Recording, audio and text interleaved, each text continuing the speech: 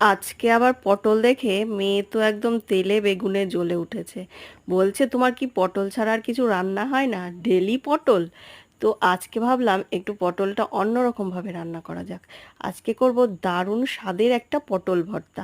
তার জন্য পটলটাকে ছোট ছোট করে খোসা শুদ্ধই কেটে নিয়েছি ধুয়ে, আর রসুন কাঁচা লঙ্কা দিয়ে একটা পটলের পেস্ট তৈরি করে নিয়েছি সুন্দর করে। এই দেখো, তোমরা যতই পটলের রেসিপি খাও, এই রেসিপিটা একবার অবশ্যই করে খেও, দারুণ লাগে। তো ফার্স্টেই তেল দিয়ে দিলাম, কালো জিরা, একটা শুকনো লঙ্কা, পেঁয়াজ কুচি দিয়ে খুব সুন্দর করে একটু লাল লাল করে ভেজে নেব। দিয়ে পটলের পেস্টটা ওর ওপরে দিয়ে দেবো। এরপর দিয়ে দিলাম হলুদ আর লবণ। বেশি কিছুই লাগবে না, কিন্তু খেতে এত স্বাদ হবে যে আর কিছুই লাগবে না গরম ভাতে। শুধু এইটা দিয়েই পুরো এক থালা ভাত খাওয়া হয়ে যাবে। তো আমার পটল ভর্তাটা হয়ে গেছে, আমিও খেতে বসে পড়েছি আর মেয়েকেও দিলাম। মেয়ে খেয়ে বলল দারুণ হয়েছে।